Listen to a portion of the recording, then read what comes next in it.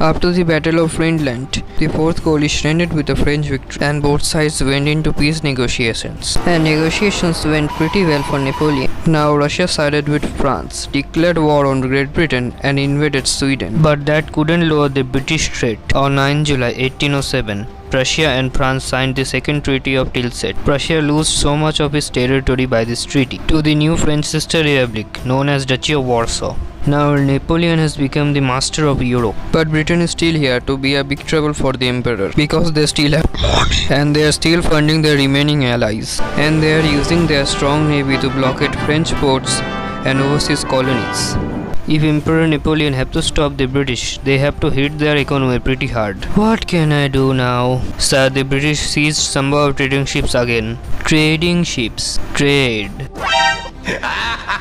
On November 21st, 1806, Napoleon established the Continental System, a total continental blockade. No nation in Europe were allowed to trade with the British. Let's see how it's turned out. Call the damn navy! The navy looks beautiful. Sir, Emperor Napoleon had declared a new continental system. What's that? It's an embargo to Britain.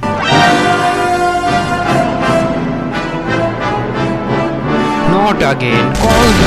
This embargo did hit the British economy, but not for long, because most of their GDP came from taxation, and they even started to increase their trade with the rest of the world. Both France and Britain started to give restriction to trading, which caused troubles to neutral countries. Any vessel that would dare to trade with the French and its allies will be seized by the English government. But the continental system affected badly to the continental Europe itself, and some countries didn't follow it. Mostly Portugal, a historical British ally. Yes, I know rest of the world spell it Portugal, but in India we spell it Portugal. After hearing that, Napoleon sent an army to defeat Portugal. A Franco-Spanish army invaded Portugal and take control. And in the other side, after getting their own capital blown up 2 times, Denmark-Norway joined the war on Napoleon's side. But everything was not well for Napoleon as well. Napoleon didn't like the troublesome Spanish royal family, which can affect his influence on Western Europe.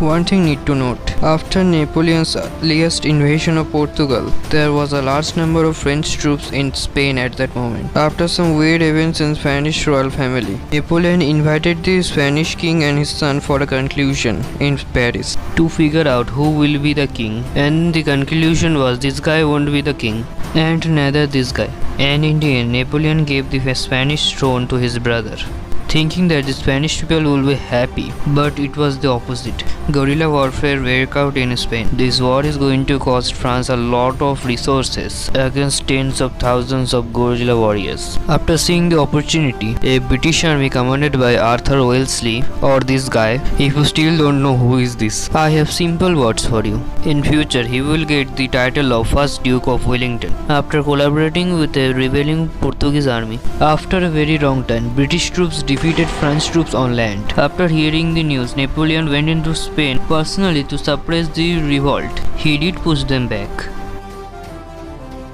but he soon withdrew because his attention is somewhere else. This war is gonna cost France more troubles. Thousands of French troops were locked on Spain for 6 years. Napoleon failed to suppress the will and the patriotism of Spanish people.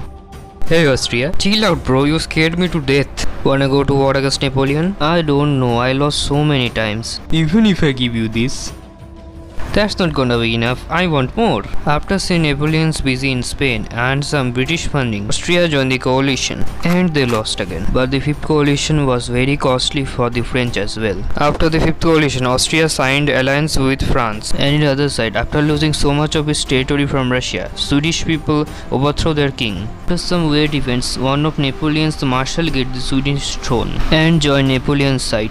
But things were ever to go wrong for Napoleon, because Russia started to understand what threat it has. In Duchy of Warsaw, a French sister republic, there were many French troops stationed there, which is suitable for a surprise invasion, and their economy started to collapse because of the blockade, so they slowly started to open up trade.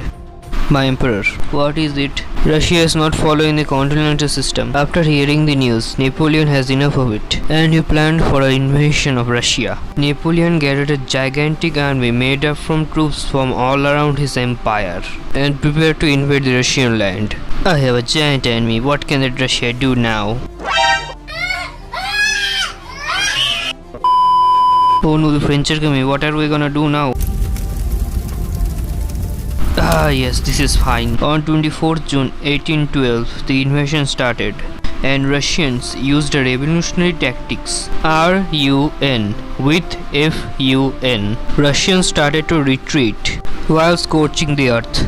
This invasion went horribly wrong because many French troops died of heat stroke and many other diseases. French supplies started to running out. But now things are about to go wrong, as now the French are near Moscow, and after a long time both sides went to war. The Russians fight furiously in this battle, but they lost. But before leaving the city, they did something: siege the Dua, or burn it to the ground. When Napoleon arrived, Moscow was burning in hellish fire, but he has defeated the Russian army and sent a note to Alexander at Russia's then capital St. Petersburg. Sir, Napoleon sent a note. He wants to surrender. Time passed, but no reply came. Winter is also started. The only thing he can do to just get out of Russia. So he started his journey. Winter was cold as ever. Many died because of the cold. The Russians also came out for swift attacks. Death toll was staggering. At last, Napoleon managed to come out of Russia. One thing to note, more than 6,000 troops went into Russia, but less than 1,000 came back. Napoleon was in a bad position at the moment, and the other powers didn't want to be his puppet forever. Prussia broke the alliance and switched sides. Austria stayed neutral. Sweden also switched sides. Because of Napoleon's invasion of Swedish Pomerania, the coalition forces stormed in. Napoleon gathered an army full of conscripts and attacked. And he pushed them right back. Can't we end this with peace? Just accept both of you lost. No. At last I tried. The coalition forces gathered their troops. After using a revolutionary tactics, the coalition forces get needful victories. But things are about to get interesting. When coalition forces charged towards Napoleon in city of Leipzig, this battle was fought by most of the European nations. That's why many will call it as the Battle of the Nations. After seeing no chance of victory, Napoleon thought it would be better to get out of there. Do I blow up the bridge before or after? Everything's on the god now. The bridge that French used to escape, blown up before everyone can cross. A massive blow to Napoleon. And in Spain, an army led by Duke of Wellington were pushing the French out of Spain. And the other side, others are also making progress. Austria took their old territory back. Naples also switched side. German states also turned against Napoleon, and the Confederation of Rhine collapsed. They also invaded Denmark and forced them to join Netherlands as well. Napoleon must be very scared, right? No. He was actually getting ready for war. He came up with 1,000 of conscripts to fight against the opposing side. Even though Napoleon's efforts, France fell at last. People of France cheered the arrival of Alexander I and his allies, because they also have enough with war. And Napoleon get a pretty harsh punishment, exile to Elba. In France, the monarchy was restored. Well, that bastard is gone. Sweden, is something wrong? Have you guys seen Britain anywhere? Well, Britain's battle at Europe has ended. But in Americas, Britain was still in a battle. Earlier on 1812, the United States declared war on Great Britain for many reasons. But the message was delayed and came to London after a few months. But the British didn't do anything at first. They wanted to see how the United States react. The United States reacted by invading British North America. But they didn't get that much of a success. As now Napoleon's on exile, Britain can focus on America. So they did. The Royal Navy sliced through and take control over Washington DC and burned down many government buildings with the White House itself. But at the end, this war was called as a draw and both sides sued for peace. I hope United States didn't suffer in future wars. Now everything's done, I can focus on the empire now. Sir, Napoleon's back. Bloody hell! Napoleon escaped Elba in a ship and started his journey to Paris. The king sent battalions of troops to arrest Napoleon. But without arresting, they joined him, and some even shouted out, "Long live the emperor." After hearing the news, the king fled to Laon, Belgium. After hearing the news, every nation in Europe declared war on Napoleon himself. So he started planning for battle. He knew there was the Anglo-Prussian army in the territories of United Kingdom of Netherlands. If he defeated them quickly, then he can make the others negotiate. So he went in. His plan was to separate them and take them one by one. He managed to break the armies, but the Prussians stayed close enough to be in contact with the British. Napoleon sent a small army to encounter the Prussians, and he went for the British at Waterloo. It was a very serious battle. Battle was disclosed that the Duke of Wellington himself didn't know that they are gonna win or not. For Wellington's luck, Prussian General Glucas has arrived with his army, and when the British made the French Imperial Guard running, the French army panicked and started to run away. Wellington and Blucher were able to defeat Napoleon at Waterloo, and they sent Napoleon in a very isolated island in middle of the Atlantic Ocean. But for making sure he didn't escape this time, there were 2 ships patrolling around the island with 2,000 British troops. Where are you going, General? I am just watching the sea. And call me Emperor. Okay, sorry.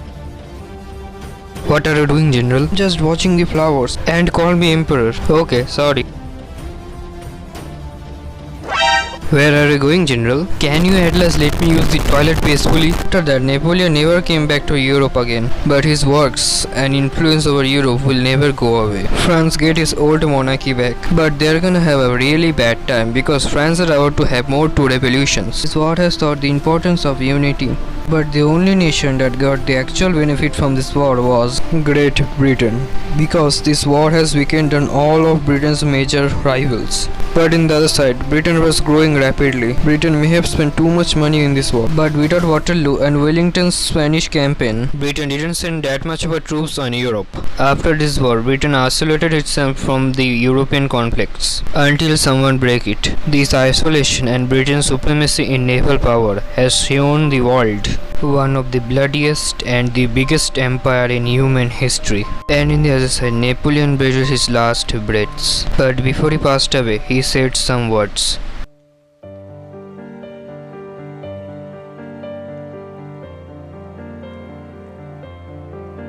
The British buried him in a coffin, and that coffin later came to France.